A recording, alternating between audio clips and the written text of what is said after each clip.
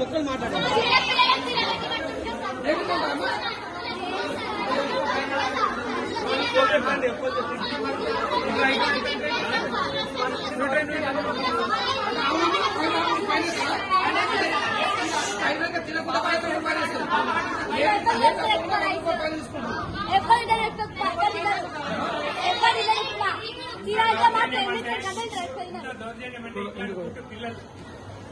ఇట్లాంటి ఫుడ్ ఇట్లాంటి ఆహారం పిల్లలు తీసుకోకపోతే 50 రూపాయలు ఫైన్ అని చెప్పి ఇక్కడ ఉన్నది. తింటారా తినాలి, లేకపోతే తినకపోతే మీకు 100 రూపాయలు ఫైన్ అని చెప్పడం సిగ్గు చేయటు. సార్ ప్రభుత్వం ఉన్నదా ఉందా? ఈ ముఖ్యమంత్రి సిగ్గుండాలి. ఆయన విద్యాశాఖ మంత్రి కదా, ఏం చేస్తున్నాడో మేము నిలదీస్తా ఉన్నాం, అడుగుతా ఉన్నాం. ఏం చేస్తా ఉన్నాడు?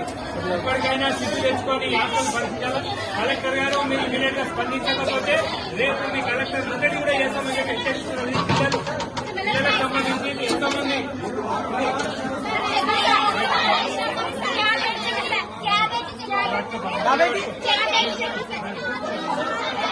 చిన్న పిల్లలు, పేద ప్రజలు తాగే నీళ్లు, ఇది వంట నీళ్లు, ఇది పరిస్థితి. స్నానాలకు తాగండి లేకపోతే లేదని చెప్పి దౌర్జన్యంగా మొత్తం కూడా ఈ తెలంగాణ రేవంత్ రెడ్డి ప్రభుత్వం పూర్తిగా పిల్లలను వాళ్ళ ఆరోగ్యాలు గాలికి వదిలేసి ఈ పరిపాలన కొనసాగిస్తుంటూ ఆయన వాటి మాత్రం 100 కోట్లు పెట్టి ఫుట్బాల్ ఆడుకుంటూ కూర్చుంటూ కానీ ఇలా పాఠశాలలు హాస్టళ్లలో కస్తూర్బా పాఠశాల ఎల్లారెడ్డి పట్టణంలో పోలీస్ స్టేషన్కి ఎదురున్న దాంట్లో ఈ విధంగా ఉంది పరిస్థితి. వాళ్ళ పిల్లలందరూ కూడా ఫోన్లు చేసి రావడం జరిగింది. వాళ్ళందరూ కూడా అడుగుతా ఉన్నారు అసలు ఏం చేస్తుంది ప్రభుత్వం ఉందా లేదా అని చెప్పి. గతంలో కేసీఆర్ గారు ప్రభుత్వం ఉన్నప్పుడు మేము 3 నెలలకోసారి 6 నెలలకోసారి పిల్లలతో వచ్చి మేము భోజనం చేసేవాళ్ళం. కానీ ఈ రోజు ఎవరు చూసేటోళ్ళు లేరు. ఎంతసేపు వాళ్ళకు ప్రభుత్వం వచ్చింది అధికారం అనుభవించడం తప్పితే పిల్లల బాగోగులు చూసేది, వాళ్ళ ఆరోగ్య పరిస్థితి తెలుసుకునే పరిస్థితి లేదు.